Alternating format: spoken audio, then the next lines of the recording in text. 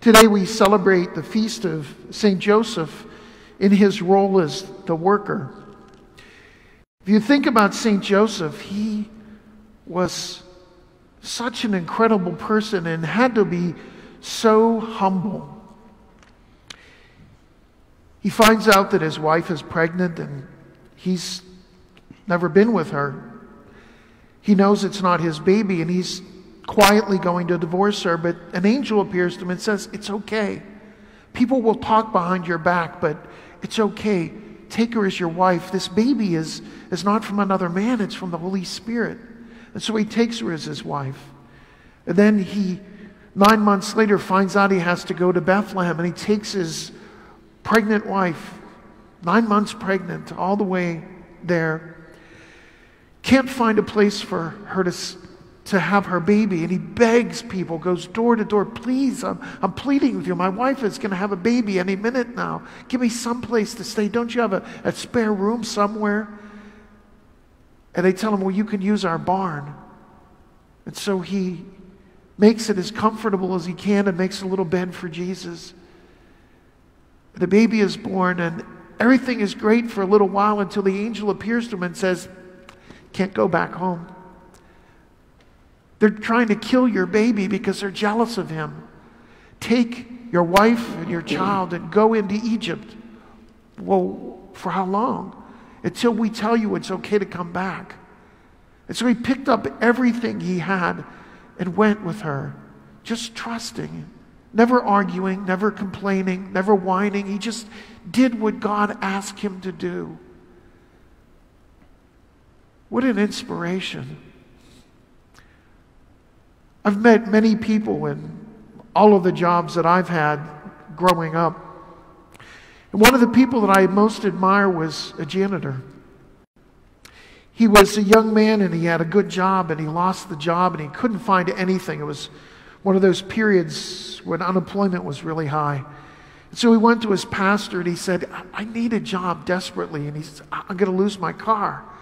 And he said, I don't know anybody that's hiring." And he said, "Well, isn't there something I could do at the church?" And he said, "The only job we have is cleaning toilets, mopping the floors, taking out the trash." He said, "I'll take it. I'm desperate." And so he took the job. And as he was doing the job, he was so angry that he had to do that work and that he had had a really good job and now he was reduced to cleaning toilets. And he thought and he prayed about it and he got through his anger and he said, "Lord, I thank you. At least I can pay my bills. I'm not going to lose my car." And he started thinking about it, that these were not just any toilets. They were toilets in the church. He said, "God, I don't know why you're putting me through this, but if you want me to have to clean toilets, I'm cleaning them for you. I'm not cleaning them for Father, and I'm not cleaning for anyone else. I'm doing it for you. And if I'm going to do it for you, I'm going to do the best job that I can do." And those bathrooms sparkled.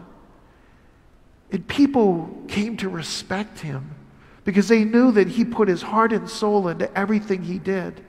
Even the little kids respected him and looked up to him.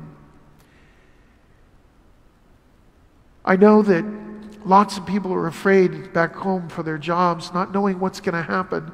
Some of them may get laid off. Some of them may have to go back to work or take a job that's a little lesser. I just know that growing up, my dad sometimes worked 2 and 3 jobs to make ends meet. But he did whatever he had to do to raise us and taught us an invaluable lesson. That it's not the job that gives dignity to the person. It's the person that gives dignity to the job. And if we can put our heart and soul into anything we do, every day will get a little better. And every day, if we do it to the best of our abilities, God will give glory to our work. Think of all the young people that are working at McDonald's now and Burger King, and all the people that are working in gas stations and convenience stores, who every day are in touch with hundreds, if not thousands of people, putting their lives at risk. We'll never look at them the same way again. They're the frontliners, along with the nurses and the doctors and the ambulance people. They're all working to make sure that we have those little things that we need to survive, whether it's a gallon of milk or a loaf of bread. or whether it's to have someone call when we're sick and bring us to the hospital. They're out there, and we should never ever take them for granted, because the work they do for God. And it's not the job that brings them dignity. It's they who bring dignity to the job.